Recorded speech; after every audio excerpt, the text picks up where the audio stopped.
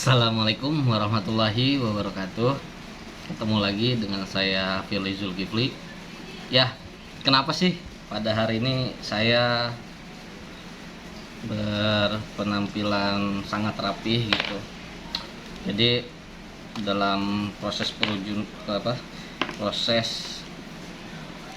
untuk kita mengajukan tentang GMP atau Good Manufacturing Practice. Kenapa sih gitu?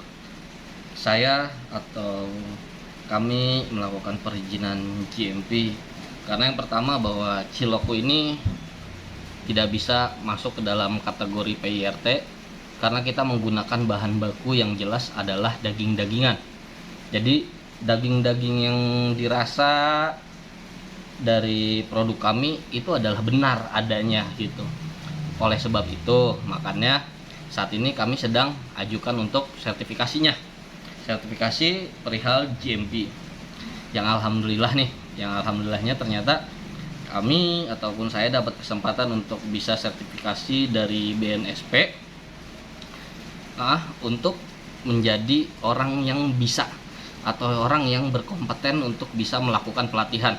Karena ketika saya ataupun kami sudah bisa menerapkan perihal GMP pada aktivitas usaha kami, itu dengan otomatis bahwa semua orang yang terlibat di dalamnya, di dalam proses produksi kami, baik dari hal penerimaan bahan baku sampai pada saat pengiriman kepada para mitra usaha dan juga kepada para pelanggan kami, itu harus dipastikan dengan baik gitu.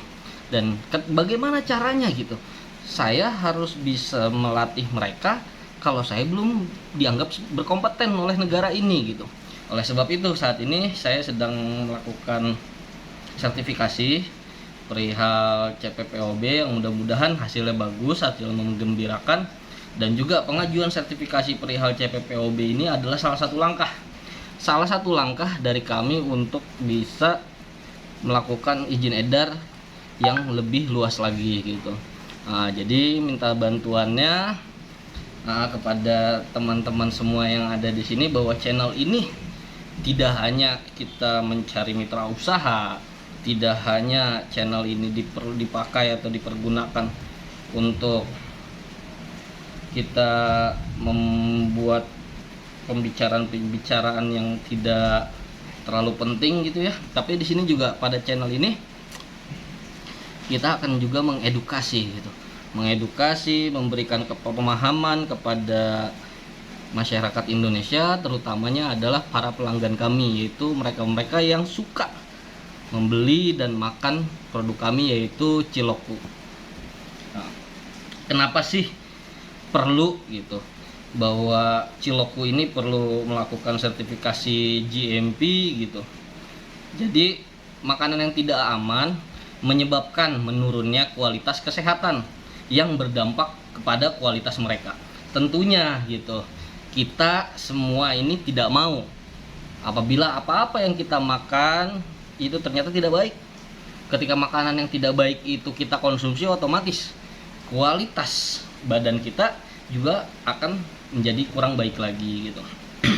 Nah, foodborne disease menghambat pembangunan sosial ekonomi dengan tingginya biaya untuk sistem perawatan kesehatan dan merusak ekonomi nasional, pariwisata dan juga perdagangan. Lalu kenapa sih gitu? Kok KBK Ciloku berupaya gitu dengan serius untuk bisa mendapatkan izin edar MD dari Badan POM? Oh ya, yang pertama saya selaku pemimpin dalam aktivitas usaha ini melihat dan juga sudah mulai sering gitu mendengar isu global perihal yang baru-baru ini, yaitu untuk menghadapi tahun 2023. Nah, ini adalah salah satu langkah. Ini adalah salah satu cara kami bahwa kami harus bisa survive, kami harus bisa juga menghadapi situasi baik global, nasional dan juga lokal, baik itu secara daerah, bahwa keberadaan kami itu mampu melewati berbagai permasalahan-permasalahan yang terjadi gitu.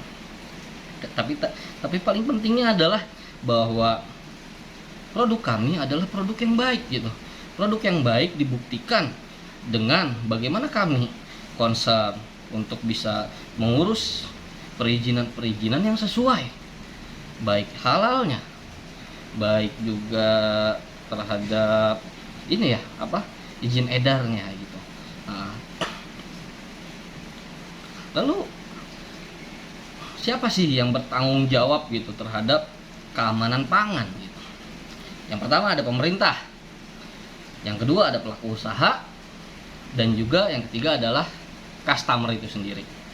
Lah, kita coba nih tanya nih dari yang poin ketiga nih, kenapa sih kok customer juga dibebankan kepada keamanan pangan gitu? Bahwa customer ini memiliki berhak atau memiliki kemampuan untuk bisa memilih gitu pangan aman, pangan yang bermutu dan juga berkualitas. Nah, lalu pelaku usaha, ya kami selaku pelaku usaha terutamanya untuk produk cilok, yaitu yang lebih spesifiknya adalah Ciloku, yaitu perlu memberikan jaminan pangan dan mutu pangan yang diproduksi dan juga didistribusikan oleh kami gitu. Jadi kami juga sangat menghimbau kepada para mitra kami untuk bisa mematuhi dan juga taat terhadap syarat dan ketentuan yang kami berlakukan. Kenapa sih perlu taat gitu? Karena kami juga mempunyai komitmen gitu, mempunyai keinginan untuk bisa terus memberikan produk pangan dengan mutu yang baik, kualitas yang baik, dan juga harga yang baik gitu. Jadi kami sangat meminta tolong gitu. Lalu bagaimana fenomena-fenomena gitu di luar sana gitu yang banyak mengatasnamakan kami, itu kami akan buat identifikasi yang jelas kepada customer kami, pelanggan kami, baik yang membeli langsung kepada kami ataupun juga yang melalui mitra-mitra usaha kami gitu. Disitulah peran dan tugas kami, bagaimana kami bisa mengembangkan, bagaimana kami juga bisa membina para mitra usaha kami gitu. Lalu bagaimana sih nih tugas yang tadi kita udah bahas tentang konsumen atau pelanggan, lalu juga pelaku usaha, dan yang ketiga adalah pemerintah gitu. Nah, apa sih tugasnya pemerintah? Kenapa sih pemerintah harus concern gitu?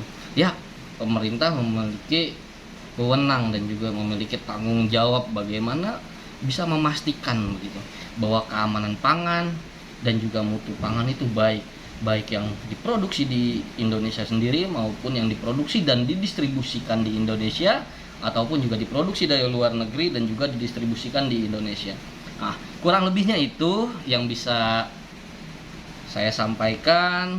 Nah, ini menjadi salam hangat dan juga perkenalan lagi kembali kepada saya dan juga kepada semua masyarakat, dan terutamanya adalah para mitra usaha KBK Ciloku yang mohon maaf gitu, sampai akhir-akhir ini saya jarang berkeliling, saya jarang bertemu dengan baik para mitra usaha dan juga tim kami yang lainnya yang tersebar di wilayah Jabodetabek ini, karena masih banyaknya hal yang belum selesai gitu.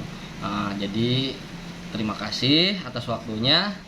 Kurang lebihnya mohon maaf. Wabillahi taufiq wal hidayah. Wassalamualaikum warahmatullahi wabarakatuh. KBK Ciloku.